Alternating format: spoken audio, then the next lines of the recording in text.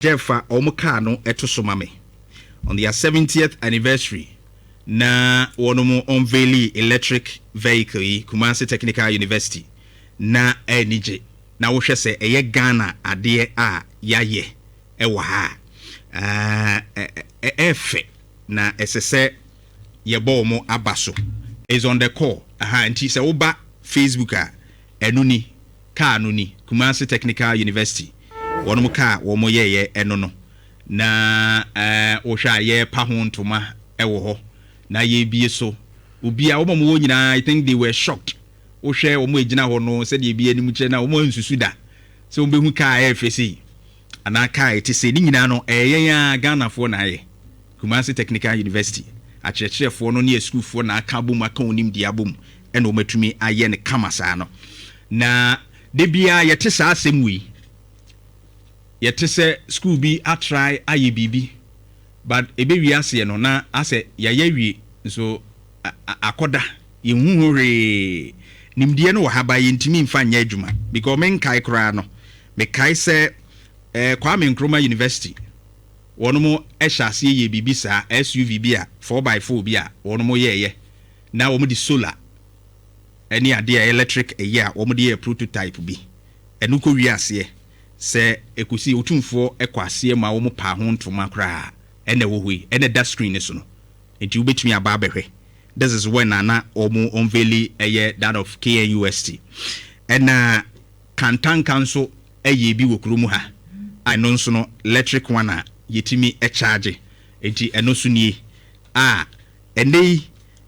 we've gone ahead at Kumasi Technical University enso ayɛ bi ɛde aba na yɛbɛdi nkɔmmɔ kakra ɛne Dr. Charles Obin Sapon University Relations Officer and engineer professor Prince Owusu Ansa head of department for automotive and agricultural mechanization bedi enkomo. Doctor, good morning. Good morning. Bibi aboko de akokwa nyame adom na won so adom ne mpai boye ho ye pa na oli abaso ba me de be ma won se yeah na metifa anopa bia na me ya na me in fact I do selective listening. Wow. But I don't miss your show. Thank you. Oh yeah dear. Me das. Nyame nhyira. Te say no ko anim ten. Ehwe bonku ehwe nifa. Ko anim ten ba tuntum aka ba fita aka. Eno na be ma de washa ase na be koso agina. Nyame nhyira pa. Oh nhyira so doc for futu. Me so me das pa. I'm really grateful. Yes. So you may no one na me titini.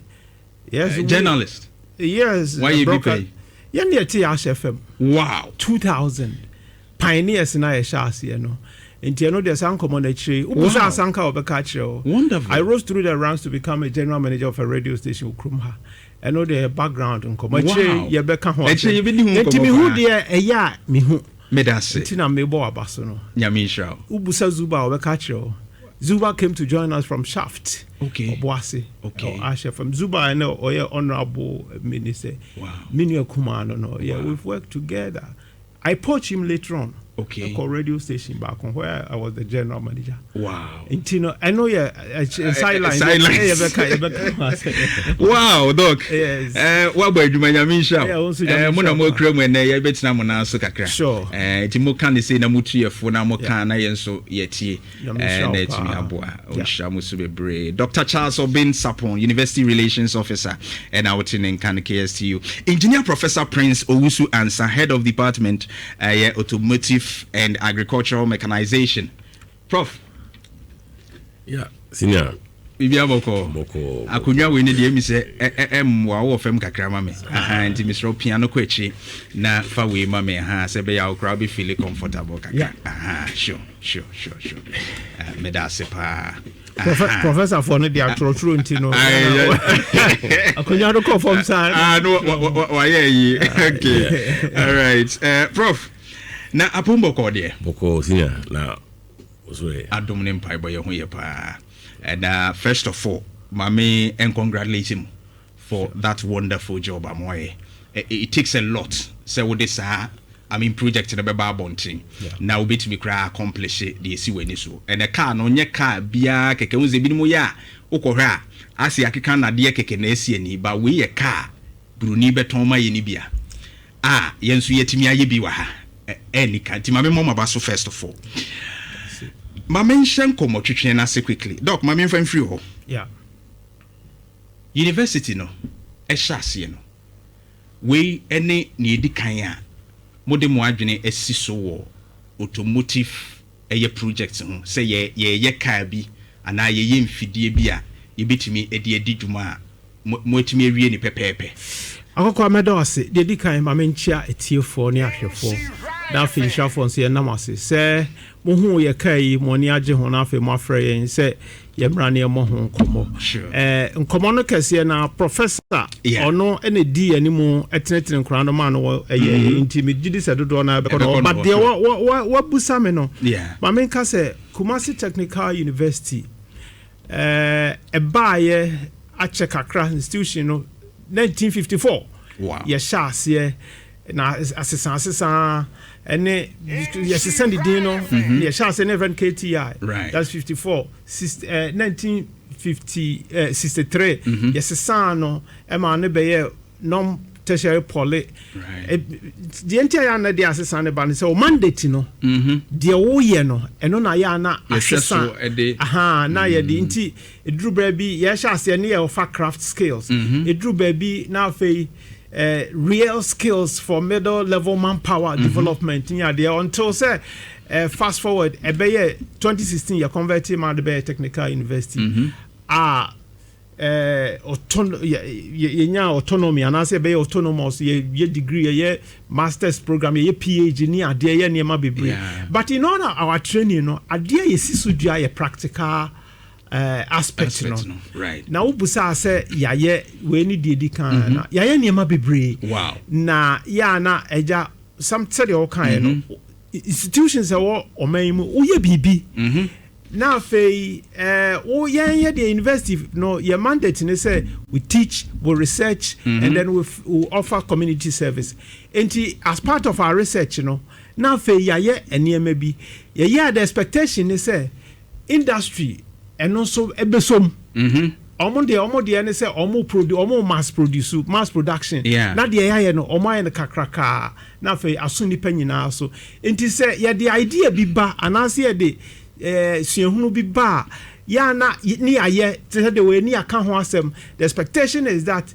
the industry no so ebaba besom na fe omo aye enti aye niema bebre Kumasi Technical University bre bi atwamu saka we ya ankasa no ye share ebiase ache but the ne prof be kan ho asem ni different because we are regenerative can e kona na no recharge no ho okay but we be kan ho asem bebre okay maybe sano how special that enti ye di kan ye car bia etise we ba na yi no enuru we ye jacket at what nama ultimate charge your mobile phone ye the plastic aye fuel wow ye so many things chese ya na you kan ho asema na fe wo di ato the expectation that be kan ye hwe se ye ni industry no ye benya ayonkofa na fe ya ye ne kese enso ya na moa no emma in fact ya dwene ene ye nsusu ye ne expectation ni say sa electric vehicle we ya ye die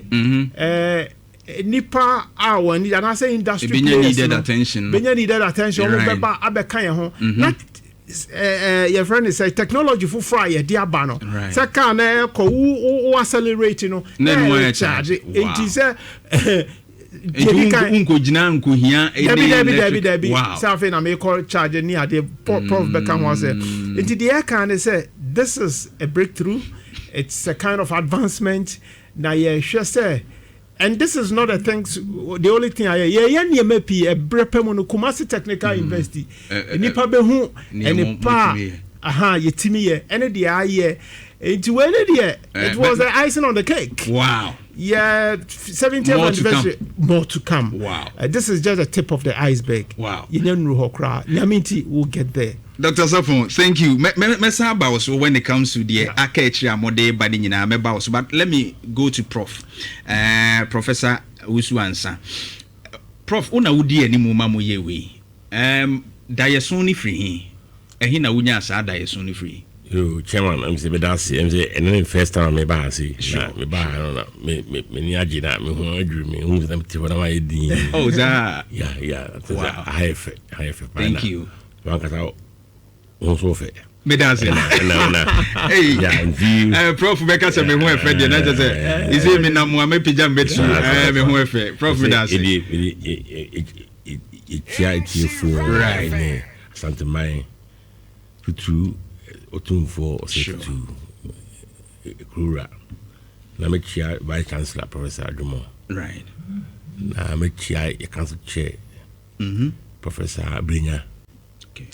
Na me chair MC for Squad. Na me chair regional minister Honorable Dr.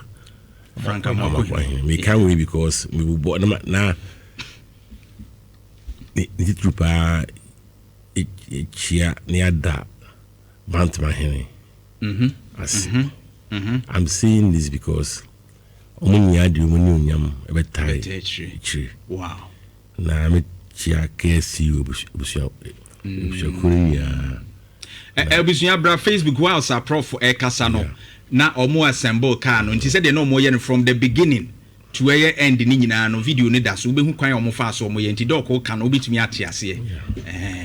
Nti prof yentraso nti sena me kano yeda wi ase na yeda asantema so ase in fact we share videos na was Facebook no ene no o se mitimi ko ankasa amanfo mitimi na course e ba no say na it's good because for the first time no I've seen say asantema ni Ghana phone ya agidi aye no atro sure na sena we kan na me say first no na manfo engine di say ya kano nampu even at the unveiling day no kano na nipa e ba ho nya afise kano entimi nko nam say entimi nko kan say ko Ghana de sanity enti em say yaba you have come to stay and then be ready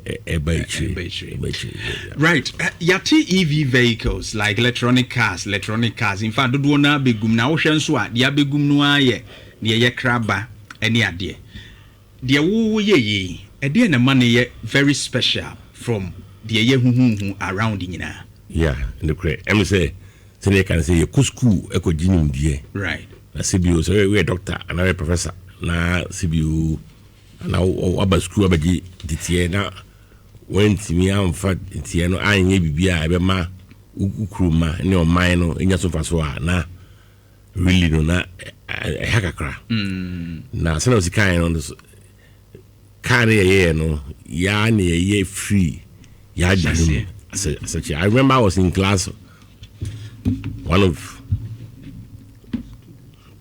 in number class and I'm a child there and we have also read more about EVC. Now, kind of no is from because R, small R, big EV, regenerative electric vehicle.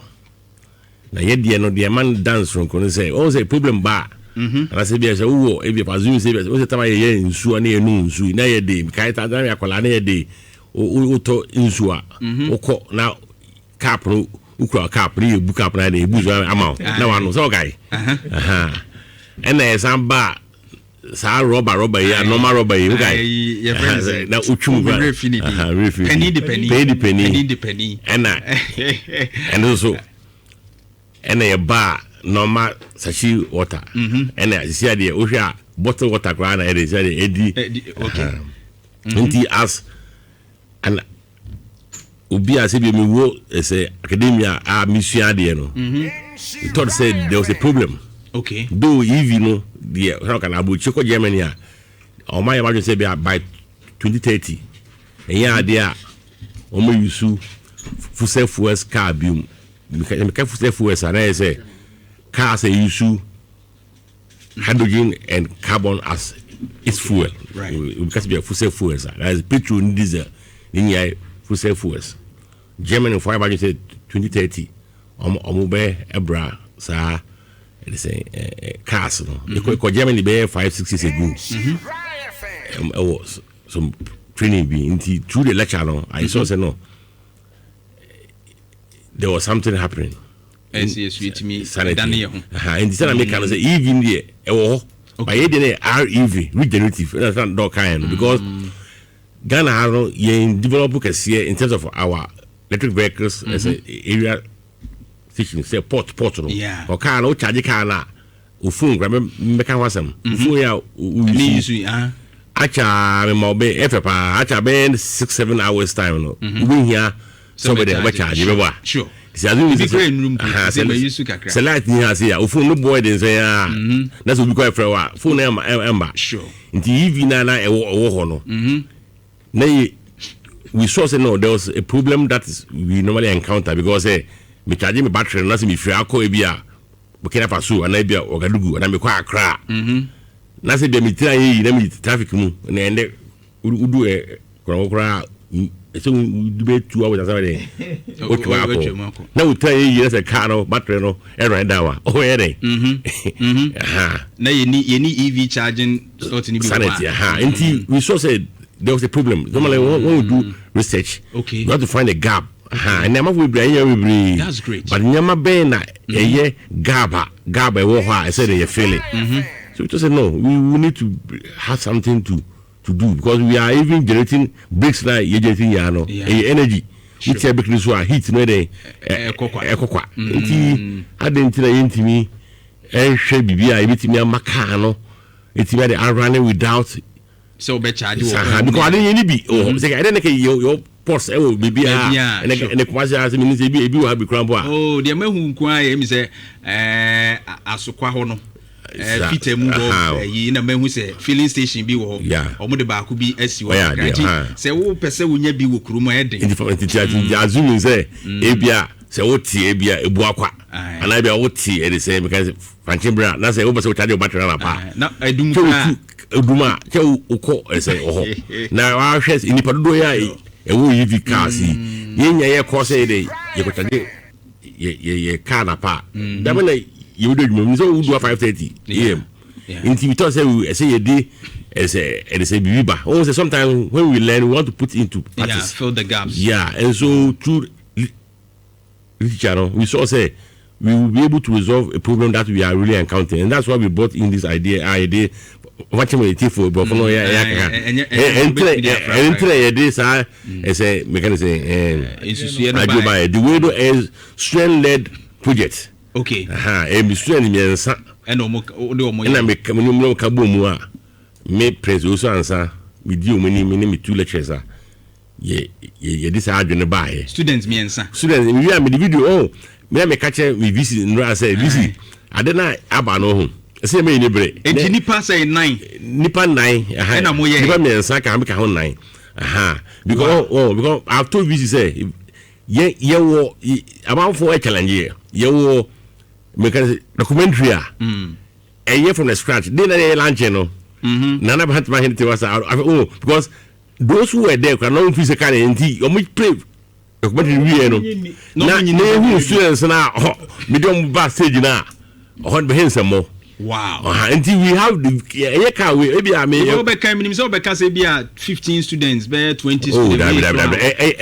students students 3 I mean say be ba ba ku jira kan nche ho sa wo ya ha until me wi a me send e say documentary no e dey am sure na mabo o kira ka de bia na pa bia ba yeah but ye hwe be bia ye kan free ye say bi o say a ghost and as I say be some for the be car na enya e be say enya short documentary be about it abra na mo assemble we on say be e share ya we need to lead that okay on a share back seat okay we omonya students and almost so so uniform in the car no I have the videos I have the drawings in power me make show drawing no nti say from the scratch crowd everything abra Facebook be here this is when na almost so and na there no okay no the breakthrough dey good okay akoko me say e call Facebook near you no comment you be nya and say obi busa say say is it the case say you assemble and say you manufacture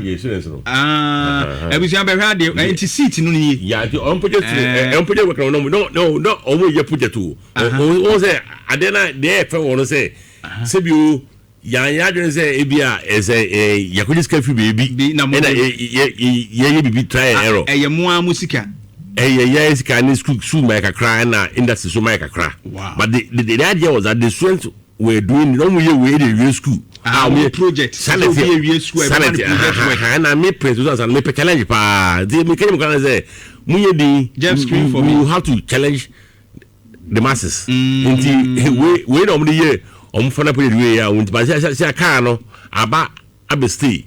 Wow. Now, send the car and then say, wow, person carry mao.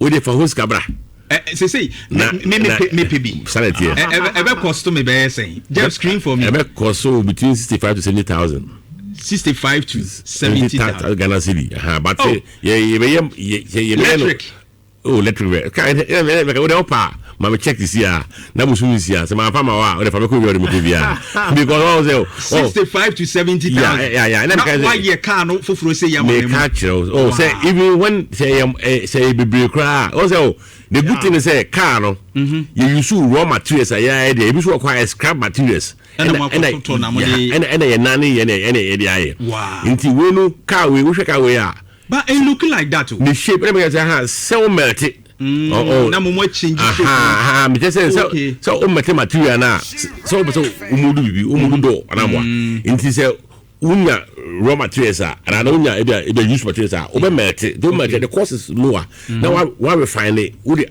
if be additives now they are fra so the fra then you get your original material less cost but very very what is efficient. But we don't use to subscribe now. Quality work. And process. Where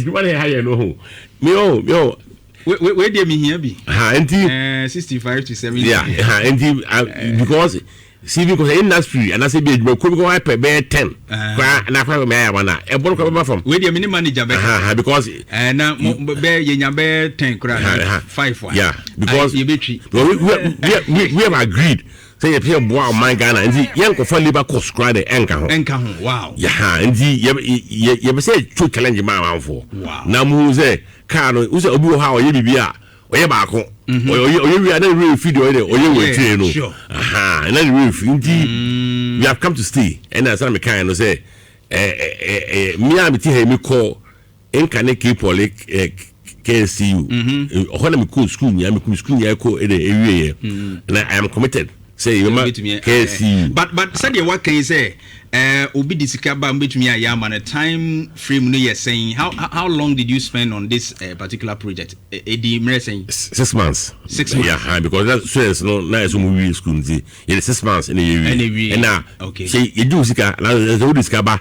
Na say e be 4 or 5 there then you go to Ebia it because e be more than one and then you may have to extend it because moye form punu 6 months so it means say be moye double like 8 yeah it will then reduce we are going to also incorporate or rope in our students now more 30 because a transfer into say make can say labor no kana you be issue as you move say nya other bia as you move along now we are going to rope in our students who are currently the fourth year say masters say ko PhD wow no we are the first university in Ghana or in sub-Saharan to start a PhD in automotive engineering. You only pass your son is 15 a first time a PhD Ghana just screen for me so we have proved a point because Ghana hanya Kwame Nkrumah University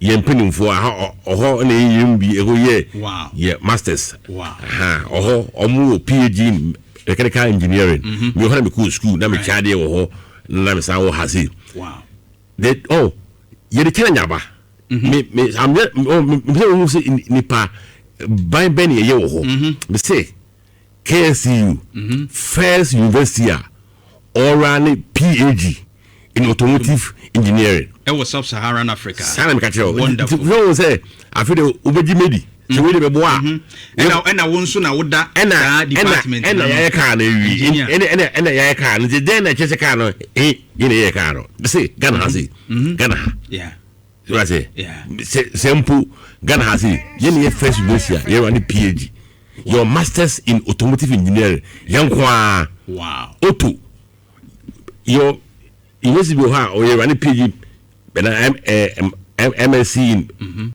mechanical engineering. Okay. We are now you choose a project in the auto and other fields, no. But young and I'm yep. Sanity. Wow.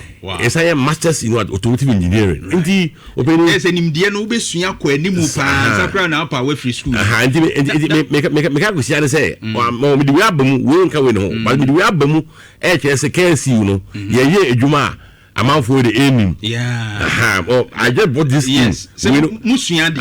We then can't. Some kind of David Obai now. The acquaintance now. Ojit me. Kakra. I feel the wajid. Me see me the cameraman. I see for cameraman. But we remember the tribute. Na me di no suma order. But my mention Nyansaba Junior Bonigas oka students na. Yeah. Womo any engineer professor. Owusu ansa edi se adwuma yi edi ka no bae Nyansaba, good morning. Good morning. Ohu ye de Nyamiadum. Congratulations so ne other team no on your project. Mo ya de. Thank you very much. Okay. Mami misao project no mo sha se sen de na ba mu chi ma mu choose that particular project subject nsem be ye saa de we de ama ye de amake mo anase mo de awie school den na ba mu chi mo selected that particular project line no. Oh, really? That was good. Now we didn't go. The supervisor Prof. Nhyira fan. But in our third year of engineering, Prof. started expert of electric harvest. And then one of the that is for big vehicles. Nyansaba, uyisu some year PCB and ka be change na my na why the raw me ahwese better one can ya. You're the raw. Your call has been put on. Hello. Africa Samaye. Me say in our third year, abra automotive engineering. Prof was one of our lecturers and now training electric vehicles. And one major challenge on my electric vehicles is the drive range on the battery power alone. Okay. In our final year, he wanted us to take up the challenge of solving that problem with the drive range now EVs because EVs are gaining prominence in Ghana. Yeah. But the battery will be a tall EV. Now the challenge is battery, say a and you don't have a charging station or you don't have access to charging now. How does the thing now here persevere sustainable? Amount for bit me right. And then he came up with the idea, say, let us inculcate regenerative braking system into the electric vehicle. And regenerative or my idea say that was the initiative. He said, instead say car now brake here, heat now will be lost in the brakes. Now we want to harness the heat energy from the braking system and then store it as electrical energy in the batteries. Not just a brake na car ne corner bebo brake Mo brake ne yes sa no a ahoden wum ti sa ahoden ye ntwe na sa ahoden in charge battery no. And some charge battery. Wow. Now the other challenge was and the car on the okay, what is the car? You should not say one more braking so. So on my develop two systems. One year stop and go, a braking. And I want throttle release. Into say when I see accelerator and so on. Now we use nice accelerator and so on. And also so a system I bet me harness and also power. A free car the modia core battery so I could store a damn mamotu. Into RV a RV. It doesn't only use the brake power as in stop and go. Brake how you should throttle release as a battery will be travel for long distance. No you need free accelerator and so on. You also get some form of power and also a store battery so at the charging motor. Wow. Wow. Okay, nti abante na okasa no na atena car ni mu no. To Uber Facebook a na atena car ni very handsome guy and very intelligent indeed. Nti nyansa ba. Mo shase no challenges ben na mo face. How difficult was this project? One of the major challenges is first of all, the motor now is used, the motor is supposed to be one direction. On only the answer or power vehicle, it's the means of propulsion. The challenge was how to get the motor to act as a generator. A bra will break, and I say, will you 90 throttle also? So, Prof. My design a battery management system. Now it will harness that power. Not a their core battery. So, at the same time, motor no air driver car now. It won't cause the battery management system to make the batteries no overcharge and then temperature and be ready to a center and yet safe for you to drive around. Into the major challenge Prof. My to overcome was thermal management system for the batteries now. The battery charge at the same time motor do use the battery will not become so hot. Temperature and be rise the thermal system then fail. And I know the meta Prof as because he was very, very intuitive in helping us to overcome that challenge. Now, our batteries now is stable. All driver, the batteries don't overcharge, and the temperature doesn't rise to extend that to me use car. Oh, okay. Inti na term and so mamo di nsuo so ka ho ana nsuo sembam. Then the bam. In such a way that inframan, as you are driving, we have channeled some of the inframana a faka and asena and also a befaka and aerodynamics. And manage to make battery no abra but can a move on. There's a inframan in Namhone Juno. Inframan in Namhone Juno. Okay. And I say a 200% na akati. And sign allow power man and some battery no so. Said they are any overcharge. Oh, okay. That's very good. Say after this project, because of me brain after this project, when your calls to be how are you feeling one kasa only team no after this project who say and your hope for the future? Oh, nyamiadom for the first time like I say Ghanaians are believing in their own.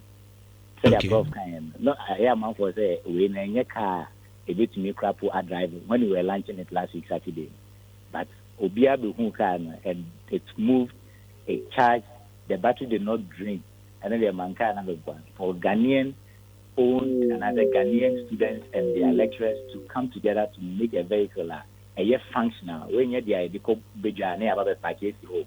Where it is working, a year working model. I see, I'm not say because of support in a technical a free a KsTU.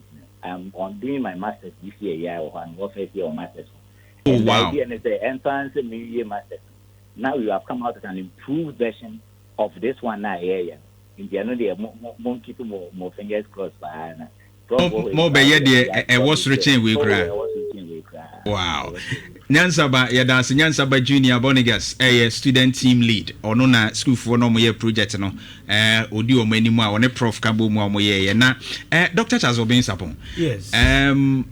Generally school no ankasa no means say abrede will be out me BBC ya ofili fulfilled, satisfied pa vision it is saying echo anymore your partnership and all that. Yes. How are you pushing this one? I see yana enipa ewo omanfo ewo agenchiaye bi ewo universities ho misconception mama nkaze Kumasi Technical University a school to upon kesia aba. In fact, my main can we answer na mento amasem so briefly. Say Kumasi Technical University a best technical university in Ghana. Wow. Number 1, technical university doing and the tosso any kind. And our best university 4th best university in Ghana. Ghana how can university both technical and a traditional university ni now boom my tosso 4. Wow. And over best university in West Africa. So 15th best university in West Africa. And finally 48th best university in Sub-Saharan Africa. Wow. So way the American QS World University ranking omo the bar recently 2026. As some best American say. The more you graduate. Yeah, na amount for business say Ghana University bebre Yadi University na engineers go amonya hwe yata ka me kra maka bi mami musa he na wo hu se ka bi kwa yes ka we Harvard University for na ye eno de mean ana say bia Oxford for na ye sa train we ana say fridge we na what the universities do and say ye research say they near the ideas na ba na fe yama industry for no omo ye niam so omo mehwe de di kan aban hunu na fe in collaboration with Abino, na ya but together near the Ama industry. Now the corona ya mass produce. They are in the baby. But yeah research now finding the banana gadada said the horse are young fanya here. And maybe they invest in be useless more or less. Into my appeal to Ghanaians and say young fan to university for no.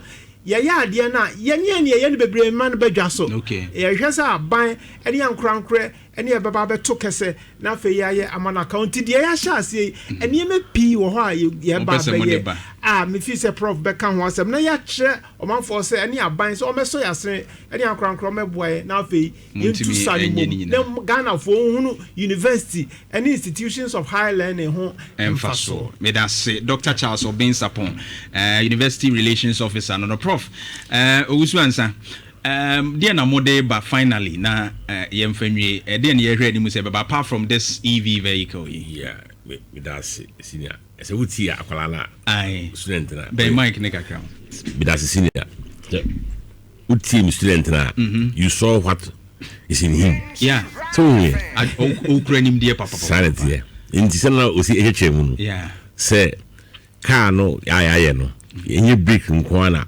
wuti aso a wenya ahode but we will never free sa na say e basana na we change the direction of the motor no in the reverse say form na one ma you see the motor now becomes a generator right na after the o charge battery no you saw what one ma description enti nyama de bebre eba na sana me kan say nimdien de wo ho sana me bra perika no ye wo academia no ye ni sika bebre ana like you focus no enye say bia ye ko cha bebi ayeka ana aye elupre but you focus no say ye di nimdie de ebeba na industry de aso emu aban aso emu na itimi de upscale de ye kan say we are making even phones we no ko ye ho adwuma so na me more example no say phone be charge na so mo yem ho adwuma advent ye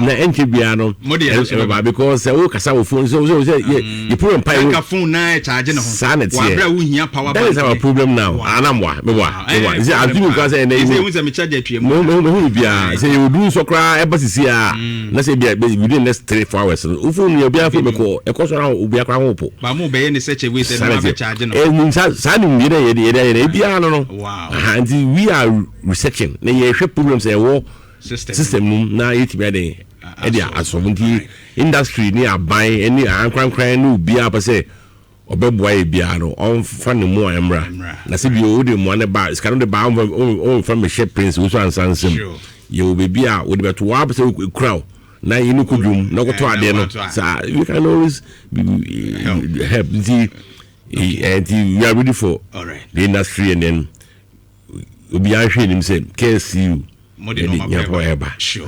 That's Engineer Professor Prince Owusu Ansa, head of Department Automotive and Agricultural Mechanization at Kumasi Technical University. What Dr. Charles Obinsapon, University Relations Officer and Sonka. Omo de say jumedi ediaba when the hiasa bind this ikaku. And yes, I know manoma binwa. You be millions of Ghana cedis. Do you know the kind of job Sadi will be creating? We in your company back up near the nipa be 20 krakuguma. A job creation.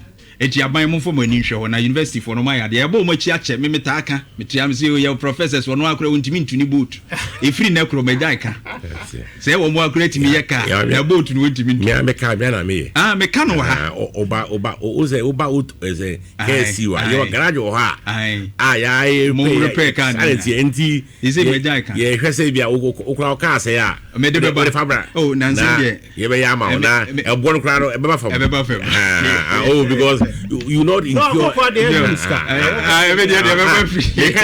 VC. Any abai. Is a kind of Kramina discount. Oh, okay, but that's CP penny for Yamin Shamo, and we hope for the new invention. No, say BBA fine. Yamin Shamo, Dr. Charles Obin Sapon, University Relations Officer, and of course Engineer Professor Usu and Head of Department Automotive Agricultural Mechanization, and Ocho Moncano. Sokobine.